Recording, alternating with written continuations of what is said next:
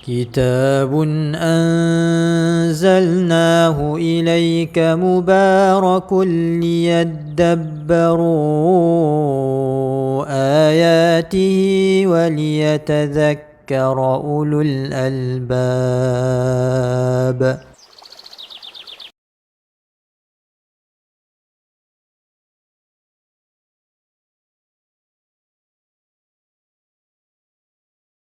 والمرسلين وعلى آله وصحبه أجمعين.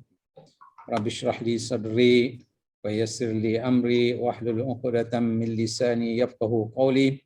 سبحانك لا علم لنا إلا ما علمتنا إنك أنت العليم الحكيم. Amma ba'd, muslimin dan muslimat yang saya hormati sekalian, Assalamualaikum warahmatullahi taala wabarakatuh. Syukur kita kehadrat Allah Subhanahu Wa Taala ke atas segala nikmat yang diberikan kepada kita, mulai daripada nikmat keislaman, keimanan, ketakwaan, kesabaran, ketenangan, kesihatan yang baik, persahabatan yang baik, kejiranan yang baik dan berbagai-bagai nikmat. Ya. Alhamdulillah pada malam ini kita dapat berkumpul, walaupun tak berkumpul di masjid ataupun di mana-mana institusi, kita berkumpul dalam satu program ataupun satu majlis ilmu yang terbuka luas. Jadi iaitulah program yang dianjurkan oleh satu institusi yang kita sebut KATA. KATA adalah nama ringkasan bagi Kiblah Akademi Tadabburul Quran, ya, iaitu suatu akademi yang baru saja ditubuhkan dan minggu ini adalah minggu yang pertama permulaan ataupun pelancaran program-program KATA, di mana ianya menjalankan segala bentuk aktiviti untuk memartabatkan Al-Quran dan bertadabbur mengenai Al-Qurannya. Jadi ini adalah kuliah yang pertama yang diadakan oleh KATA, Kiblah Akademik Tadabburul Quran, dan ianya di program-program ini adalah dianjurkan dalam 3 bahasa, bahasa Arab, bahasa Inggeris dan bahasa Melayu. Buat bahasa Melayunya ini adalah kali pertama, ya, permulaannya. Jadi sebelum saya mulakan kuliah saya hari ini, iaitulah kuliah yang berkaitan dengan yang berkaitan dengan tadabburul Quran, permula penurunan wahyu, ya. Ataupun kita boleh sebut ayat permula wahyu, ayat permulaan wahyu. Jadi sebelum itu ingin saya memanjangkan berbanyak terima kasih juga kepada pengasas KATA, itulah sekolah-sekolah ataupun mahat-mahat yang di bawah Kiblah. Kiblah, ya, Kiblah iaitu mungkin Kiblah ni sedia ramai yang sedia maklum lah. Kiblah ini adalah satu diasaskan daripada sekolah rendah dulu. Jadi alhamdulillah pada mulai tahun ini mereka telah mengasaskan satu akademi yang dipanggil Akademi Tadabbur Al-Quran ataupun Kiblah Akademi Tadabbur Al-Quran. Jadi kita juga ucapkan berbanyak-banyak syukur dan juga terima kasih kepada sponsornya ataupun penaja program-program ini, iaitulah secara ringkasnya Yayasan Ismail.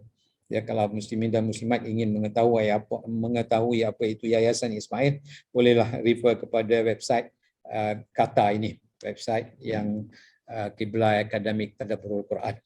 Okey, jadi kita terus masuk kepada isu perbincangan kita, dan disebabkan ini adalah kuliah yang pertama dalam bahasa Melayu, jadi ada baiknya kita mula dengan ayat-ayat yang mula-mula diturunkan kepada Nabi sallallahu alaihi wasallam, dan ianya tidak asing bagi kita. Jadi iaitulah surah Alaq yang kita sebut surah Alaq. Dan ayat-ayat yang berkaitan dengan permulaan wahyu ada 5 ayat yang mungkin kita semua sedia maklum, iaitu mulai dengan Iqra, Jadi ada baiknya kita baca dulu 5 ayat itu. A'udzubillahi minasyaitonirrajim. Bismillahirrahmanirrahim. Iqra bismi rabbikal ladzi khalaq. Khalaqal insana min 'alaq. Iqra wa rabbukal akram. Alladzi 'allama bil qalam. 'Allamal insana ma lam ya'lam. Alhamdulillah, sadaqallahul azim. Jadi begitulah, ayat ini tidaklah asing bagi kita. Tapi ramai yang boleh baca, ramai yang dah hafal dan sebagainya. Tapi ramai yang tidak tahu dia punya rahsia-rahsia ayat-ayat surah Al-Alaq ataupun Iqra. Jadi ada baiknya kita cuba membongkar ataupun memutalaah, meneliti balik kenapa ayat ini diturunkan, ayat yang pertama. Jadi ianya tidak boleh tidak kita nak kena tahu serba sedikit mengenai Rasulullah SAW sebelum kenabian, ya, sebelum beliau diutuskan sebagai nabi. Kerana dengan turunnya ayat ini ataupun dengan mulanya ayat ini, surah Iqra bismi rabbikal ladzi khalaq, maka Nabi SAW sudah dimartabatkan sebagai seorang nabi, ya, nabi dan ataupun rasul. Jadi dan dia punya latar belakang dia mungkin maklumat yang ada pada kita dalam kitab-kitab, baik dalam kitab-kitab tafsir ataupun kitab-kitab sirah ataupun dalam kitab-kitab hadis, dia tak begitu banyak. Kerana apa? Kerana ianya adalah sebelum sebelum ke nubuwah ataupun sebelum Nabi SAW dimartabatkan sebagai seorang nabi dan rasul, ataupun dalam arti kata yang lain sebelum beliau berumur 40 tahun, ya. Jadi banyak benda yang kita tidak tahu, kalau ada pun mungkin kadang-kadang kurang tepatnya. Jadi saya pun tidak berani untuk nak mereka-reka mengenai apa yang berlaku sebelum kenabian Rasulullah SAW. Cuma kita boleh melihat ada beberapa hadis di dalam kitab-kitab hadis yang menyebut mengenai hal-hal yang demikian. Dan dengan itu mudah-mudahan kita harapkan dapatlah kita menikmati ataupun menghayati serta memahami hakikat sebenar surah ini. Walaupun kita tak akan habis semua surah ini, cuma 5 ayat, itu pun saya rasa belum mungkin kita tak habis. Cuma kita nak tahu dia punya background dia. Okey, jadi mengenai surah Alaq ini, dia sebenarnya ada beberapa nama yang kita panggil dia surah Alaq. Tapi sebenarnya dia mempunyai beberapa nama yang lain yang mungkin kita sendiri tak pernah dengar. Tapi ianya tak susah. Iaitu satu yang Alaq yang kita sebut. Dan di samping surah Alaq, dia juga dinamakan sebagai surah Iqra. Kerana ianya dimulai dengan Iqra. Ini biasalah, kadang-kadang ada setengah surah tu dinamakan dengan perkataan ataupun ayat yang mula-mula ataupun ayat yang pertama. Seperti misalnya kalau surah Al-Baqarah tu kita panggil surah Alif Lam, Alif Lam Mim. Begitu juga dalam benda-benda lain. Jadi yang ini pun begitu juga. Walaupun ianya kita panggil Alaq, perkataan Alaq tu adalah segumpal darah yang terdapat di ayat ketiga atau keempat. Jadi surah ini dinamakan Iqra dan juga dinamakan juga Iqra bismi rabbika. Dan kadang-kadang ianya dinamakan juga Iqra bismi rabbikal ladzi khalaq. Jadi semuanya adalah daripada ayat yang pertama, ya. Kemudian kalau kita lihat dalam kitab Imam Bukhari, Sahih Al-Bukhari, beliau ada menyebut mengenai surah ini ketika mana beliau menguraikan. Beliau ada sebut nama surah ini adalah Iqra bismi rabbikal ladzi khalaq. Agak panjanglah, ya. Okey, kemudian begitu juga dalam kitab-kitab hadis yang lain. Semua nama-nama ini kadang-kadang dalam kitab Imam Tirmizi disebut juga Iqra bismi rabbika saja. Dan cuma mengikut Imam Nawawi, dia sebut surah ini sebagai surah Al-Qalam. Sebab dalam tu surah tu ada disebut qalam. Qalam tu pena. Okey. Kemudian ada pun dari segi jumlah ayatnya ada perselisihan di kalangan mufassirun. Ada yang menghitungnya sebanyak 20, ada yang mengatakan 18 dan ada yang mengatakan 19. So di antara 18, 19, 20. Kenapa begitu? Maka ianya kita kena lihat balik kepada cara mereka membaca.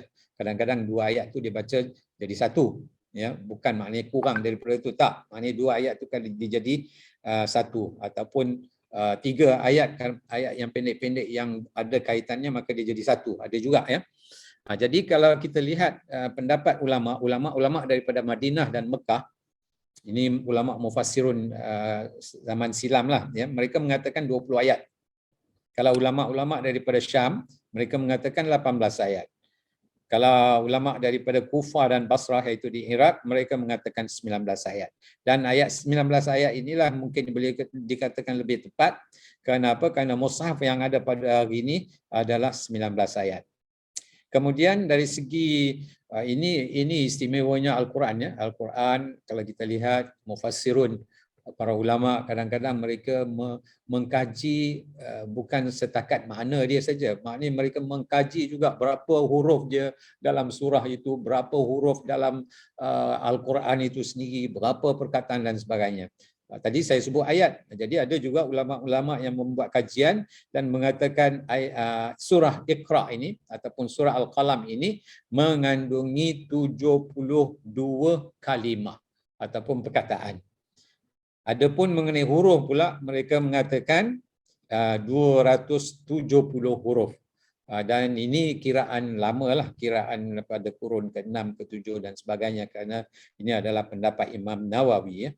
Jadi kalau zaman sekarang bolehlah kita gunakan komputer, sistem komputer kita boleh bilang dengan automatik, itu tak, memang dah ada lah. Jadi kita boleh lihat di situ adakah menepati yang ini ataupun tidak. Okey. Jadi selepas kita dah menguraikan sedikit mengenai jumlah ayat, jumlah perkataan dan sebagainya, sekarang untuk nak mengetahui lebih lanjut mengenai surah Qalam ini, kita tak boleh terlepas daripada membaca suatu hadis. Hadisnya agak panjang. Jadi daripada hadis itulah maka kita boleh mengetahui hakikat penurunan wahyu pertama ini. Okey. Saya bacakan hadis dia, teksnya, teks Arabiknya, dan disusuli dengan dia punya makna dia. Selepas tu saya akan cuba huraikan sedikitlah sekadar masa yang kita ada. Okey. Hadis ini, hadis nombor 3 di dalam kitab Sahih Al-Bukhari. Dan dia bunyi begini. Dan diriwayat yang uniknya, hadis ini diriwayatkan oleh Aisyah radhiyallahu anha. Walaupun beliau ketika turunnya ataupun ketika peristiwa ini berlaku, beliau masih budak-budak lagi, mungkin dalam 1-2 tahun begitu saja, ya, ataupun 3 tahun.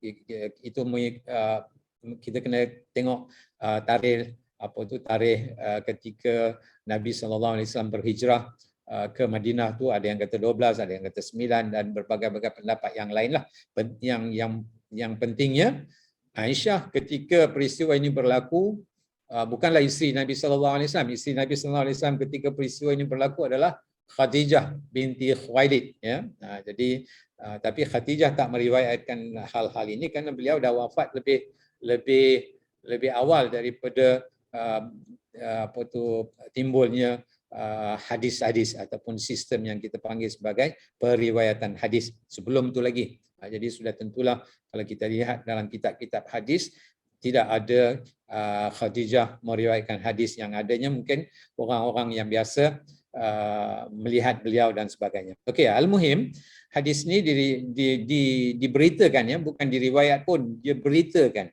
Dia diberitakan lain dan diriwayatkan lain.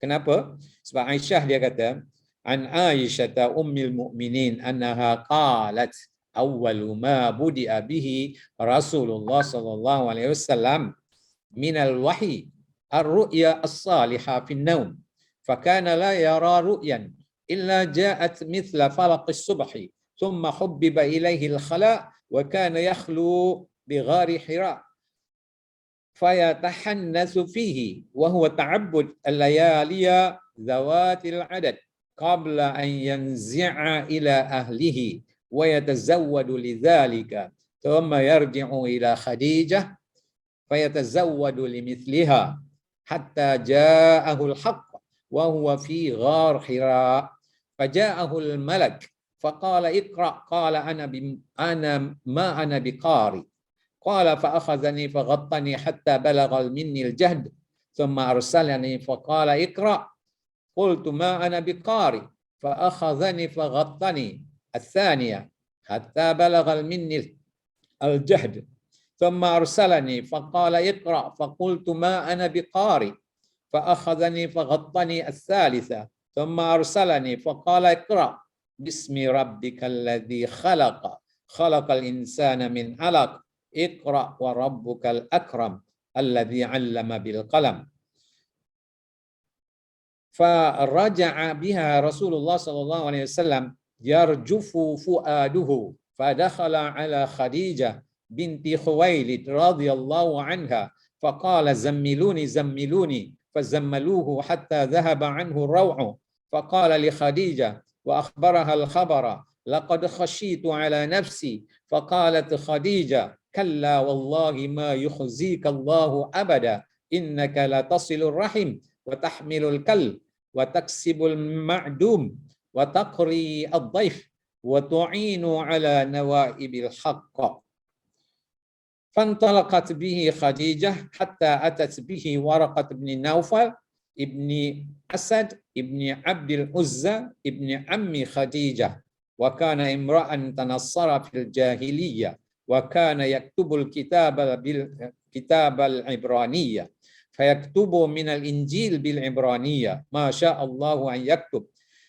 وكان شيخا كبيرا قد عمي فقالت له خديجة يا ابن عم اسمع من ابن أخيك فقال له ورقة يا ابن أخي ماذا ترى فأخبره رسول الله صلى الله عليه وسلم خبر ما رأى فقال له ورقة هذا الناموس الذي نزل الله على موسى يا ليتني فيها جذعا ليتني أكون حيا إذ يخرجك قومك فقال رسول الله صلى الله عليه وسلم أو مخرجيهم قال نعم لم يأتي رجل قط بمثل ما جئت به إلا عوديا وإن يدركني يومك أنصرك نصرا مؤززا ثم لم ينشب ورقة أن توفي وفتر الوحي.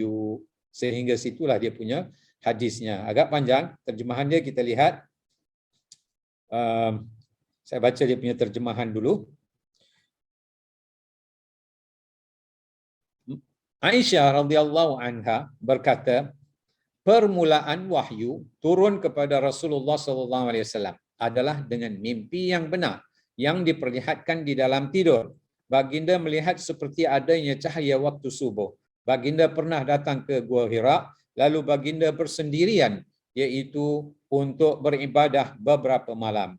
Baginda juga mempersiapkan bekalan untuk perkara tersebut. Kemudian baginda sallallahu alaihi wasallam pulang menemui Khadijah dan mempersiapkan bekalan untuk baginda, sehinggalah datang kepada baginda perkara yang tidak disangka-sangka oleh baginda di Gua Hira. Malaikat datang kepada baginda lalu berkata, bacalah. Maka Nabi SAW berkata kepada malaikat, aku tidak boleh membaca. Lantas dia memegang dan memeluk aku sehingga aku merasa sesak. Lalu dia melepaskan. Nabi SAW berkata, aku tidak boleh membaca. Lantas dia memegang dan memeluk aku erat kali yang kedua sehingga aku merasa sesak. Lalu dia berkata, bacalah. Nabi SAW berkata, aku tidak boleh membaca. Lalu dia memegang dan memeluk aku erat buat kali yang ketiga. Kemudian dia melepaskan aku. Maka Nabi SAW membaca Iqra bismi rabbikal ladzi khalaq sehinggalah sampai kepada ayat allama ma lam ya'lam. Allamal insana ma lam ya'lam. Okey. Kemudian selepas daripada itu baginda pulang dalam keadaan resah gelisah yang teramat sehingga baginda masuk menemui Khadijah. Lalu baginda berkata kepada Khadijah, selimutkan aku sehingga hilang keresahan baginda.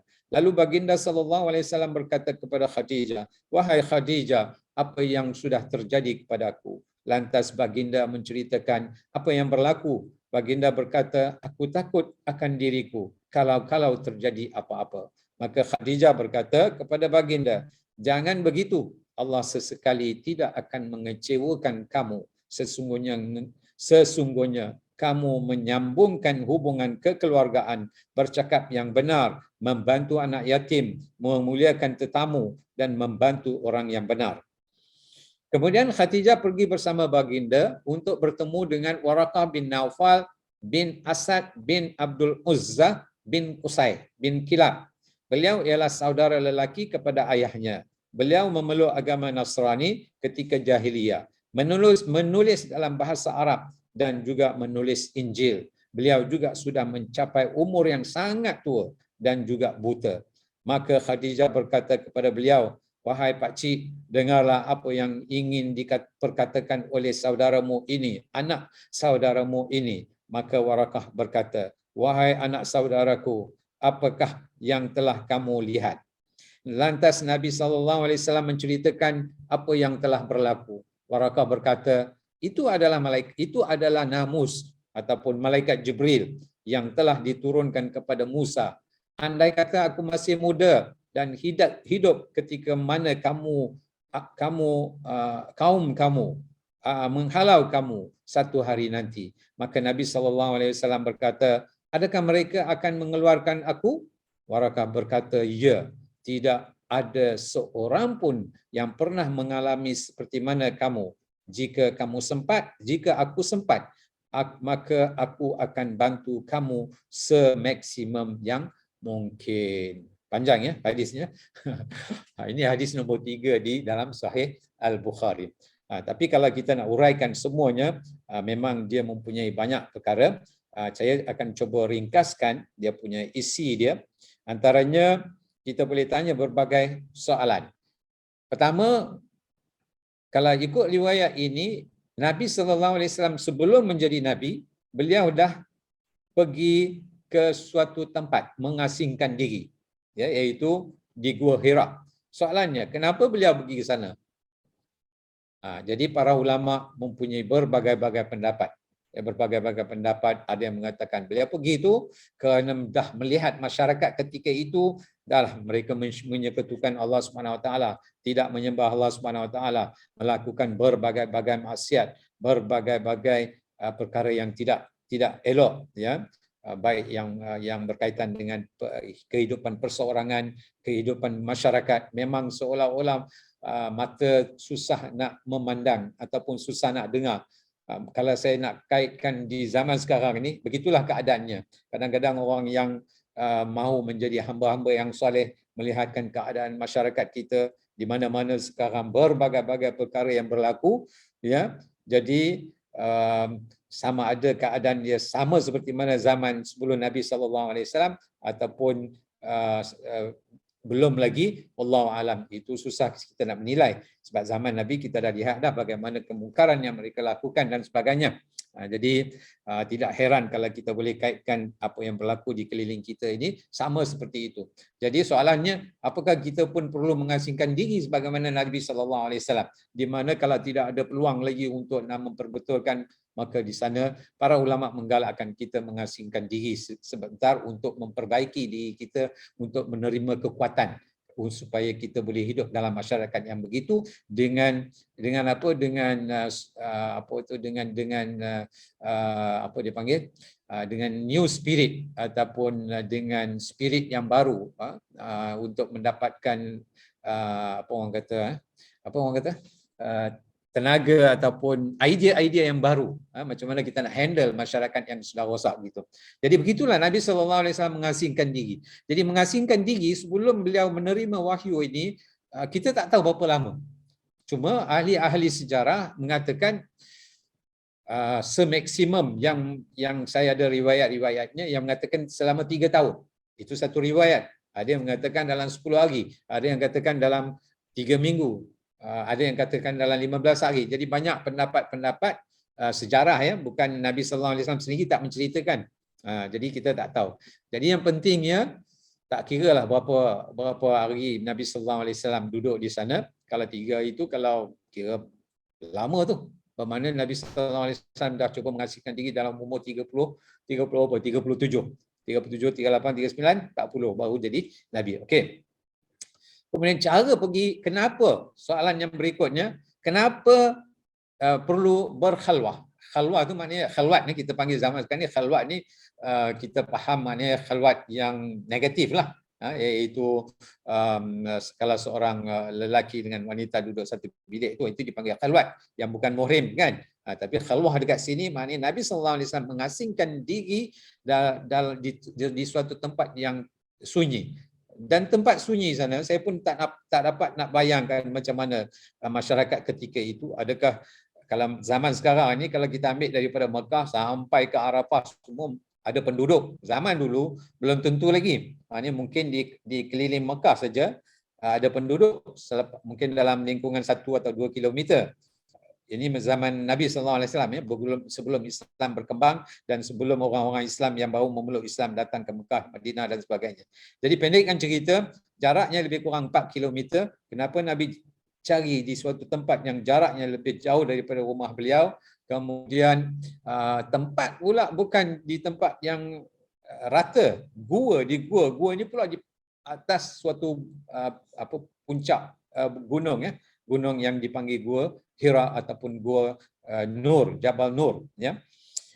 Jadi tapi biasanya dikenal dengan Gua Hira lah ya. Jadi kenapa gua tak tempat lain? Yang itu pun ada mempunyai beberapa pendapat daripada kalangan ulama. Kemudian berapa lama kita dah sebut. Kemudian setiap kali beliau pergi itu, beliau bawa bekalan. Bekalan zaman dulu tu bukan macam bekalan zaman sekarang. Bawa buah tamar 3-4 biji ataupun mungkin untuk 3-4 hari lah katakannya, satu hari 3-4 biji ataupun 10 biji. Tak tahulah berapa biji, tak ada penjelasan. Yang pentingnya bawa tamar sedikit, bawa roti kering sedikit ya. Bawa sana, air pun bawa banyak mana, wallahu alam. Cuma lepas habis dalam 3-4 hari habis, beliau akan turun datang balik ke Mekah, pergi ke rumah isteri beliau dan Khadijah menyediakan bekalan lagi dan beliau akan pergi semula. Jadi pergi balik ni berapa kali, yang itu pun kita tidak mempunyai maklumat. Jadi seolah-olah Khadijah pun seolah-olah dia setuju yang Nabi sallallahu alaihi wasallam pergi berkhalwat di gunung itu. Okey. Sehingga dalam riwayat itu disebut sehingga beliau lihat di sini ada satu peristiwa ya, iaitu sebelum pergi ke yang mana dulu, mimpi dulu ke pergi Gua Hira dulu? Dalam riwayat ini disebut mimpi dulu. Okey. Adakah beliau pergi ke sana itu kerana mimpi itu ataupun kerana pergi dulu baru mimpi? Kalau riwayat ni dia kata awwal ma budi'a bihi Rasulullah sallallahu alaihi wasallam minal wahyi ar-ru'ya as-salihah fin naum. Mula-mula beliau melihat suatu mimpi dan mimpinya itu adalah seperti falaqis subuh, cerah saja, nampak cahaya sahaja. Kemudian selepas itu baru beliau menyukai untuk mengasingkan diri. Dapat mimpi, dapat ilham dalam mimpi itu, beliau pun mengasingkan diri. Di dalam riwayat inilah. Okey. Jadi berapa kali pergi balik itu kita tak tahu. Kemudian beliau melakukan hal yang demikian, iaitu berada di dalam gua itu, ulang-alik ke gua, dan dalam hadis itu disebut beliau beribadat. Yata'abbad maknanya beribadat.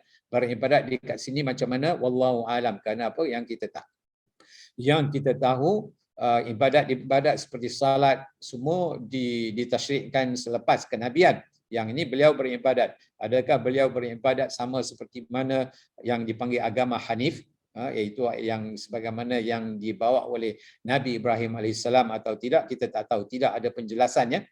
Cuma disebut ibadat. Adakah ibadat jenis tafakkur? Tafakkur juga satu ibadat ya. Jadi adakah itu yang dimaksudkan? Wallahu alam. Jadi dia kata dekat sini sehinggalah beliau berada di situ sehinggalah datang apa? Malak. Disebut malak ya. Malak maknanya malaikat. Malaikat tak disebut. Nama malaikat tu apa dia? Dalam riwayat ini tak disebut, walaupun ada pendapat-pendapat yang mengatakan malaikat yang dimaksudkan di sini adalah Jibril, tapi kita tak tahu sebenarnya siapa. Tapi secara berdasarkan riwayat-riwayat hadis yang lain, maka kita boleh fahami malaikat yang disebut dalam hadis ini adalah malaikat Jibril. Okey, dia datang, malaikat datang, dia kata baca. Dia kata kepada Nabi sallallahu alaihi wasallam, baca. Baca tu baca apa? Kan? Jadi maka Nabi sallallahu alaihi wasallam kata kepada malaikat, nak baca apa? Ataupun ma ana biqari. Ma ana biqari maknanya di sini pun ada huraian panjang daripada kalangan ulama yang mengatakan ma ana biqari maknanya aku bukanlah orang yang pandai baca. Ya, aku bukanlah orang yang pandai baca. Okey. Jadi malaikat suruh baca apa? Dan aku bukan orang yang pandai baca. Okey. Lepas tu malaikat itu dia peluk, ya. Peluk. Dekat sini peluk ni kita boleh bayangkan maknanya seolah-olah malaikat itu berada di depan dia. Itu pun kita tak tahu peluknya macam mana. Peluk seperti peluk manusia ke ataupun malaikat rupa bentuk yang asli ke, kita tak tahu, tak ada. Ada pendapat-pendapat yang mengatakan ada seperti lembaga, satu lembaga. Ya, satu lembaga. Macam mana lembaga tu tak tahu. Kerana apa? Kerana Nabi SAW melihat Jibril dalam rupa bentuk yang asli bukan masa di Gua Hira ni. Selepas habis turunnya wahyu ini, wahyu yang kedua. Barulah Nabi SAW pernah melihat Jibril AS. Okey. Jadi di sini Nabi SAW mengatakan dia bukan orang yang boleh baca dan selepas itu Jibril memeluknya, malaikat itu memeluknya dengan sekuat-kuat sehingga Nabi SAW tak boleh nak bernapas. Ya, jadi bayangkan macam mana dia peluknya, tak boleh bernapas. Lepas tu dia lepas balik, dia kata baca. Tak, Nabi SAW ulang balik benda yang sama. Ma'ana biqari, ma'ana biqari. Kali kedua. Kali kedua pun malaikat itu peluk lagi dan peluk sekuat-kuatnya. Lepas tu dia lepas. Suruh baca lagi.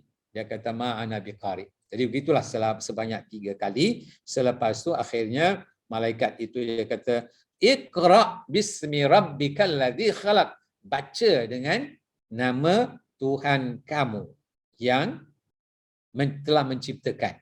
Ya. Tuhan yang menciptakan. Okey. Selepas tu, ini kita belum hurai lagi, saya cuma huraikan hadisnya saja dulu.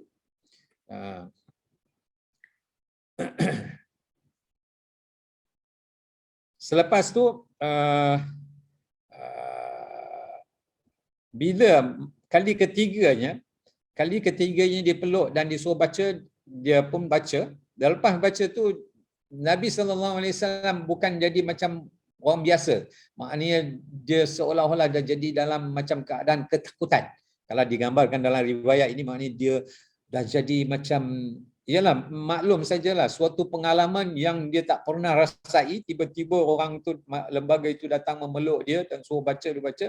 So digambarkan dia dalam keadaan gundah, gelisah, resah, sedih, takut, semua campur aduk, semua itu dia ada. Jadi dia pun balik ke rumah dia, itulah menemui Nabi menemui Khadijah radhiyallahu anha.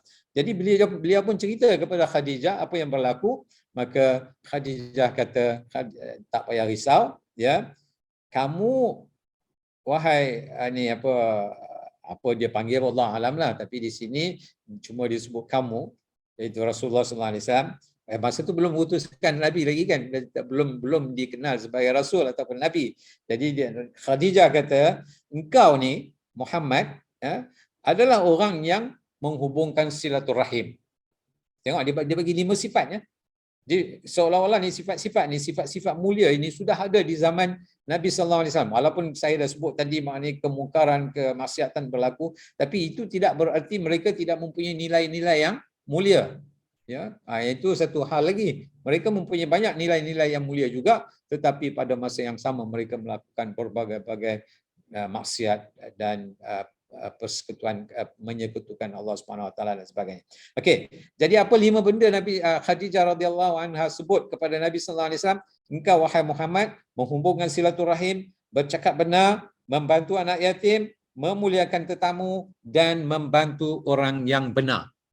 Bukan orang yang susah ya, orang yang benar. Jadi 5 sifat yang mulia ini ada pada kamu, maka Tuhan akan tidak mensia-siakan kau. Jangan takutlah, dia kata. Okay? So selepas Nabi Khadijah radhiyallahu anha menenangkan keadaan Nabi sallallahu alaihi wasallam yang gundah gelisah itu ataupun risau itu ataupun dalam ketakutan itu, beliau pun bawalah pergi jumpa siapa? Jumpa Waraqah bin Naufal. Karena Waraqah bin Naufal ini adalah kerabatnya, dia saudara kepada bapa Khadijah radhiyallahu anha, macam pakcik lah, ya, pakcik sebelah bapa. Okey, jadi dia pun ceritalah kepada Waraqah bin Naufal keadaan cerita sikit, lepas tu dia kata, bukan dia cerita ya, dia bagi tahu macam tu je. Dia lepas tu Waraqah bin Naufal tanya kepada Nabi sallallahu alaihi wasallam, apa yang dah jadi wahai anak saudara dia lah, ya. Dia tanya apa dah jadi, maka Nabi sallallahu alaihi wasallam cerita. Lepas cerita barulah Waraqah bin Naufal kata, engkau tak payah risau, apa yang kau menemui adalah namus. Dia tak sebut malaikat ya, dia sebut namus. Namus kalau dalam bahasa Arab biasa ni adalah makna dia apa? Nyamuk. Kan nyamuk kan? Tapi ada ulama yang mengatakan namus ni bukan bahasa Arab, bahasa lain yang membawa maksud juga ianya adalah malaikat Jibril. Jadi yang itu perlu kita meneliti balik, tapi dalam hadis ini disebut namus. Okey.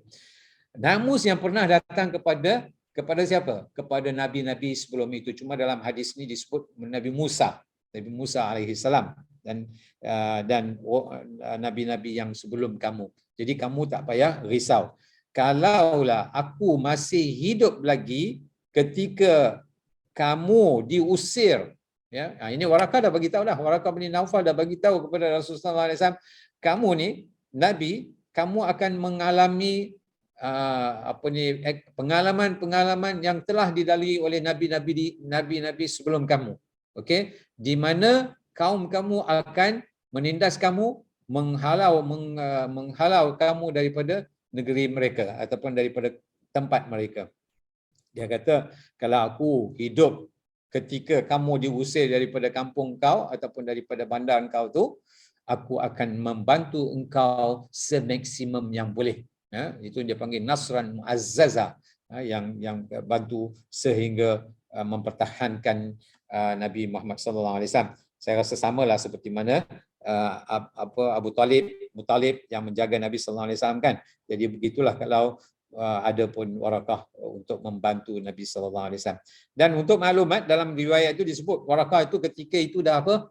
Dah orang tua sangat dah, bukan tua saja, buta lagi, ya. Tapi dia melihat kebenaran disebabkan dia itu mempunyai ilmu-ilmu orang-orang yang sebelum itu, maka dia pun ucapkan itu. Tapi belum sampai Nabi SAW menyebarkan Islam, menyebarkan kalimah syahadah, beliau pun telah kembali ke rahmatullah. So itu mengenai Waraqah bin Naufal. Okey. Sekarang cerita mengenai penurunan tu kita dah tahu. Sekarang kita masuk sedikit saja daripada maksud kenapa ayat ni ataupun surah ini dimulai dengan Iqra. Iqra dalam bab ini kita kena tadabbur sama-sama ya. Jadi di sana para ulama mempunyai berbagai-bagai pendapat. Iqra ni, perkataan Iqra, kemudian kalau kita lihat dalam Al-Quran, of course dia ada sebut banyak kali lah. Tapi bukan dalam lafaz Iqra, dia ada sebut qara'a, yaqra'un, Quran. Quran tu daripada perkataan qara'a. Okay. Tapi Iqra ni adalah fi'il amar. Fi'il amar dia tuju kepada satu orang. Iqra, seorang kamu. Kalau dua, lain lah dia punya bunyi kan. Iqra, iqra'a, ataupun iqra'u, macam tu. Kalau perempuan, iqra'i. Jadi Iqra ni dalam ayat Al-Quran ada 3 kali saja disebut. 3 kali. 2 kali dalam surah Al-Alaq yang kita baca ni. Iaitu apa dia? Iqra bismi rabbikal ladzi khalaq. Khalaqal insana min alaq. Iqra lagi sekali. Iqra wa rabbukal akram. Jadi kalau kita lihatnya, kali ketiga disebut di dalam surah apa ya? Allahumma salli ala Muhammad.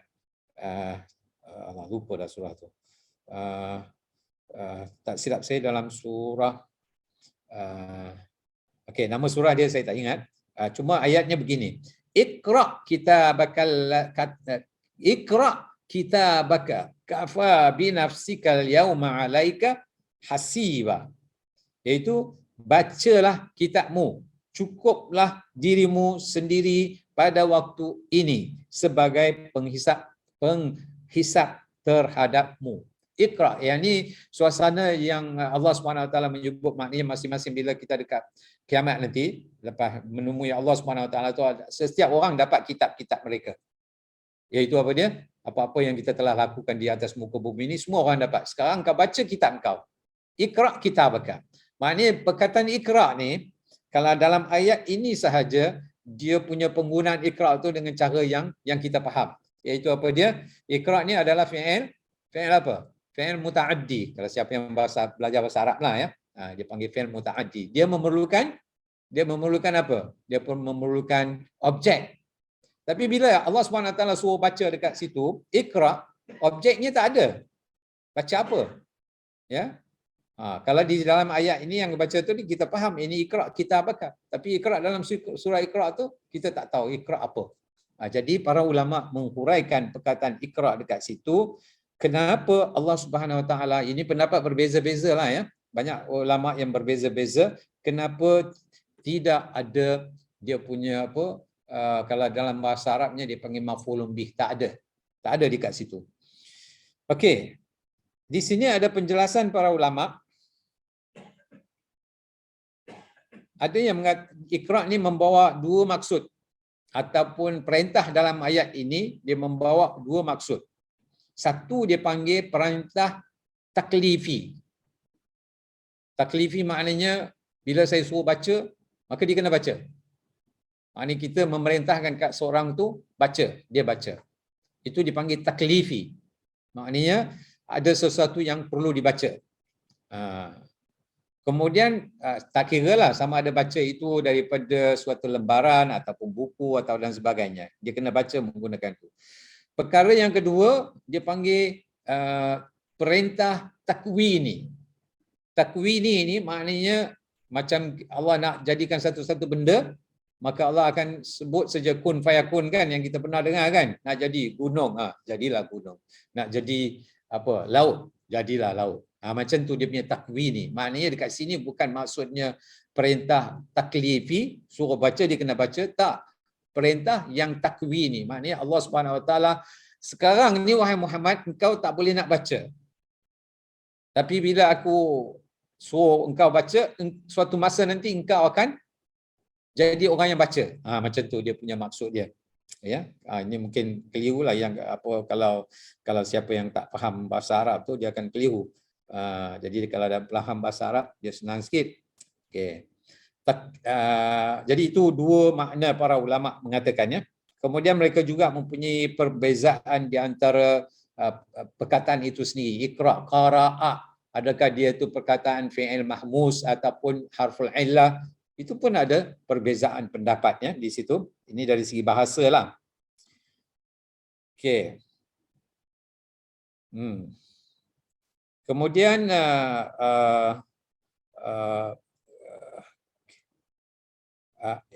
saya tak tahu dia punya pengontrol session ni dia ada soal jawab ke apa kah? Dah 9:50 minit. Ali. ايوه دكتور اسمع. يعني كيف يعني في هناك أسئلة أو كيف؟ ما وصل الأسئلة إلى الآن. ما وصل أي أسئلة. خلاص ما في أسئلة، ما في مشكلة. يعني أستمر استمر دكتور استمر. Okey. Jadi dia kemudian daripada Iqra tu tadi kita masuk sedikit apa tu dia punya makna-makna yang lain. Jadi itu secara ringkasnya begitulah dia punya Iqra tu. Iqra bismi rabbikal ladzi khalaq. Kemudian para ulama mengatakan kita kenapa bismi rabbika. Jadi kalau dalam ayat itu disebut Iqra, bacalah. Kemudian bila kita suruh baca, ini juga satu hal yang perlu diambil kira dalam huraian ini, iaitu apabila kita sebut baca, apakah Quran ini ataupun apa-apa yang disebut oleh Allah Subhanahu Wa Taala selepas turunnya ayat ini, Iqra, dan seterusnya ayat-ayat yang selepas itu untuk baca sahaja ataupun ada makna di sebalik itu. Jadi para ulama mengatakan bukan Iqra itu maknanya baca sahaja, sebaliknya ianya kenalah disertai dengan apa dia, iaitu mengetahui, mempelajari sesuatu, bukan baca sahaja. Jadi kadang-kadang kita di zaman sekarang ni untuk bila kita suruh baca, dia orang baca saja tanpa mengetahui makna-makna dia. Jadi kita lihat di sini dalam hal yang berkaitan dengan kita punya topik hari ini, iaitulah yang mempunyai makna tadabbur, maka Al-Quran itu bukan untuk dibacakan sahaja, sebaliknya untuk menghayati semua ayat-ayat Al-Quran di mana saja, di mana-mana surah saja, bukan surah Iqra saja, dan dia mempunyai cara-cara dia lah, bukan setakat baca. Ramai di antara kita yang baca Al-Quran ni untuk dapatkan apa? Untuk dapatkan pahala ataupun untuk dapatkan berkat, kan? Jadi bukan maksud itu yang disebut dalam ayat-ayat, banyak ayat disebut bukan itu. Untuk Al-Quran itu diturunkan bukan untuk baca sahaja, sebaliknya adalah untuk bila dia sama, dia orang bagi para ulama memberi contoh, bila kita sebut kepada anak kita, anak kita kata, anak pergi baca, apa kita mengharapkan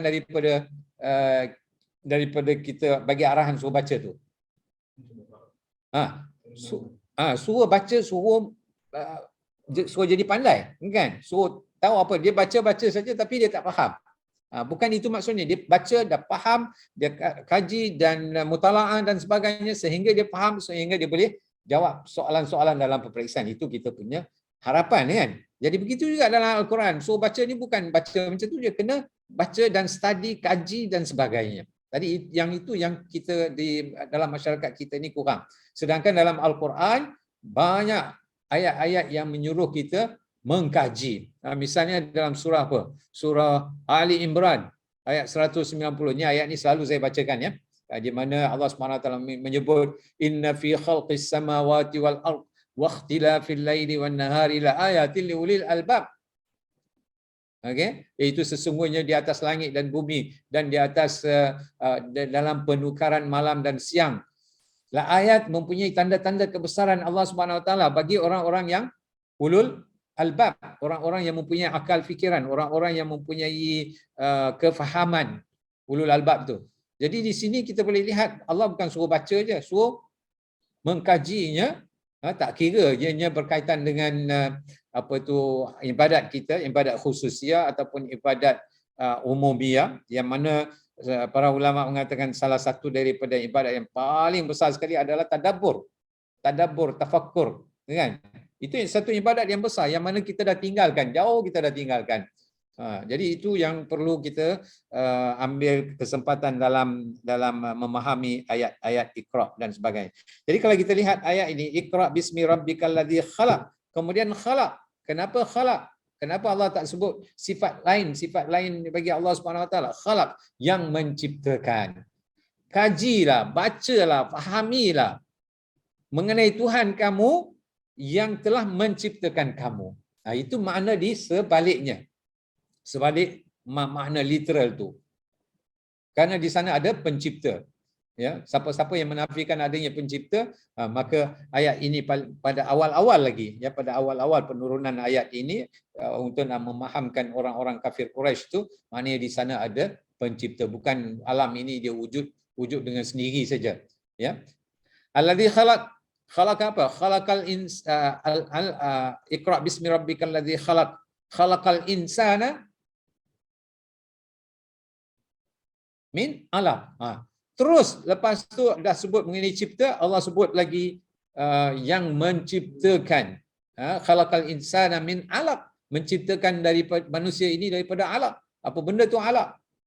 Alaq itu adalah yang itu juga satu makna yang sangat dalam, di mana apa orang kata tiba-tiba Allah Subhanahu Wa Taala tak sebut manusia itu keluar daripada seorang wanita dengan seorang lelaki, tak, ibu bapa kan, tapi disebut alaq. Kenapa disebut alaq? Mungkin pada masa tu orang Arab pun tak faham apa itu alaq. Walaupun dari segi literal makna dia tahulah makna alaq tu maknanya suatu gumpal darah yang melekat. Tu alaq tu lintah pun dipanggil alaq dalam bahasa Arab.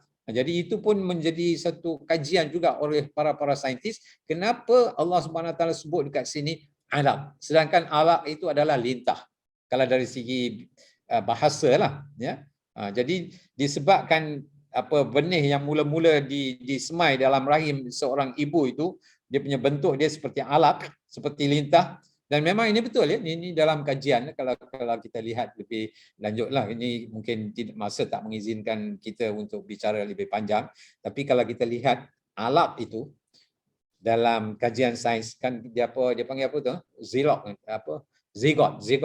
Zigot tu dia punya bentuk dia macam alaq. Dia ambil zigot ni daripada benih daripada rahim ibu dan sebagainya, mereka compare dengan lintah dan didapati bentuk dia sama.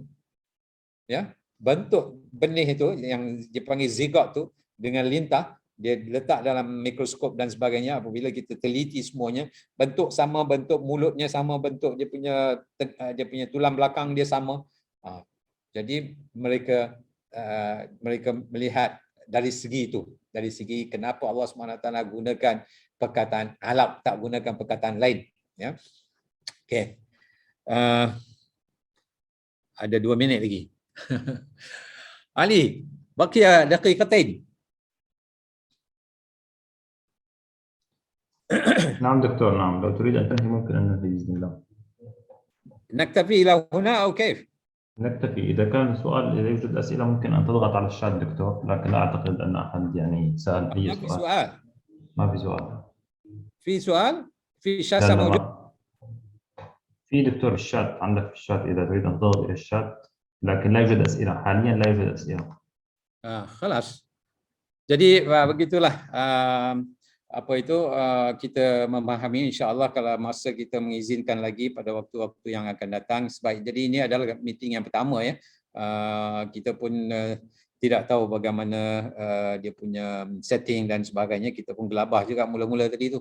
Betul setting dan sebagainya. Sebab ini diguna dalam semua media sosial. Media sosial tu Telegram dan apa-apa benda yang lain lah. Jadi untuk muslimin dan muslimat yang sedang mendengar, insya-Allah ini kali pertama Kata mengadakan program-program begini, dan masa akan datang lagi banyak lagi program-program yang akan didatang. Jadi ikutilah perkembangannya. Dia ada website Kata. Jadi kenalan saya ini saya dah hantar semua tu. Jadi bolehlah lihat dekat sana website dari masa ke semasa. Dan untuk maklumat semua sekalian, Kata juga akan menganjurkan satu program yang dipanggil program macam persijilan lah. Persijilan satu tahun, program 1 tahun ya. Dia mempunyai 4 semester dan sebagainya, dan dibuka untuk semua dan tidak dikenakan sebarang bayaran. Ya, itu istimewa dia tu, tak ada sebarang bayaran, 4 semester. Jadi kalau ikuti semua 1 tahun tu, insya-Allah dia di akhir setahun tu dia akan dapatlah dia punya sijil dia, dan walaupun ianya taklah sebagaimana sijil di universiti lain, tapi ianya akan membantu memberi semangat kepada muslimin dan muslimat yang mahu mempelajari ilmu tadabbur Al-Quran secara sistematik. Ya, mungkin kalau sekarang ni kita lihat di mana-mana masjid, mana-mana institusi ada tadabbur Quran dan sebagainya, tapi yang ni program ni secara sistematik lah. Yang itu kita belum mula lagi. InsyaAllah kita akan memberitahu dari masa ke semasa, insyaAllah. Jadi sekali lagi kita ucapkan kepada pihak Kata yang mana ni? menyumbang untuk Subhanakallahumma wa bihamdika asyhadu an la ilaha illa anta astaghfiruka wa atubu ilaik. Assalamualaikum warahmatullahi wabarakatuh. Waalaikumsalam warahmatullahi wabarakatuh. Terima kasih. Assalamualaikum doktor. Ya. Assalamualaikum. Waalaikumsalam warahmatullahi wabarakatuh. Kalau ini Muhammad sini. Muhammad Kamal. Ya. Okey. Silakan. Saya pelajar yang agak berumur lah dan ambil diploma bahasa Arab di USAS. Okey. Kalau saya boleh cadangkan the next class boleh buat dalam aplikasi Google Meet tak? Oh, itu saya kena bincang dengan dia orang sebab sepatutnya lah ianya program ni dalam apa dipanggil StreamYard, ya, StreamYard. Kemudian dia dipancarkan dalam sosial media yang lain, tetapi di waktu mungkin tak begitu setup dia tak ni lagi, mungkin dibuat Zoom dan saya boleh cadangkanlah. Tapi tak silap saya walaupun mereka buat dalam StreamYard, dia masih boleh dengar daripada Google Meet, saya rasa lah. Tapi tak apa, cadangan saya ambil. Syekh Muhammad Kamal, ya. Dari mana? Saya duduk di Ipoh, Ustaz. Okey. Agak berumur lah tapi baru masuk program diploma. Okey. InsyaAllah cadangan tu saya akan bawa kepada pengurusan, pihak pengurusan. InsyaAllah kita, dan program kata ni dia tak ada limit untuk umur, ya. Sampai tua pun boleh belajar. Cuma ikutilah perkembangan seterusnya, insyaAllah dari masa ke semasa kita cuba memperbaikilah. Jazakumullah khair. Terima kasih banyak atas cadangan tu. Kok ada apa-apa yang lain cadangan ke apa ke? Alhamdulillah, Ustaz. Semua suara clear ke? Clear. Alhamdulillah. Mungkin saya cakap cepat sikit kot. So insya-Allah kita akan improvekan dari masa ke semasa. Ini baru sesi yang pertama kali kita mulakan insya-Allah. Jadi terima kasih kepada semua partisipan dan juga kita kepada pihak yang organize ni lah, ya. Mungkin muslimin dan muslimat pun tak begitu kenal lagi, insya-Allah boleh visit kepada website Qatar dia panggil, ataupun sekolah-sekolah kiblah. InsyaAllah, terima kasih banyak. Subhanakallahumma wa bihamdika asyhadu an la ilaha illa anta subhanak.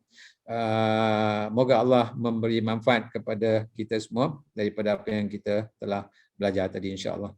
Assalamualaikum warahmatullahi wabarakatuh.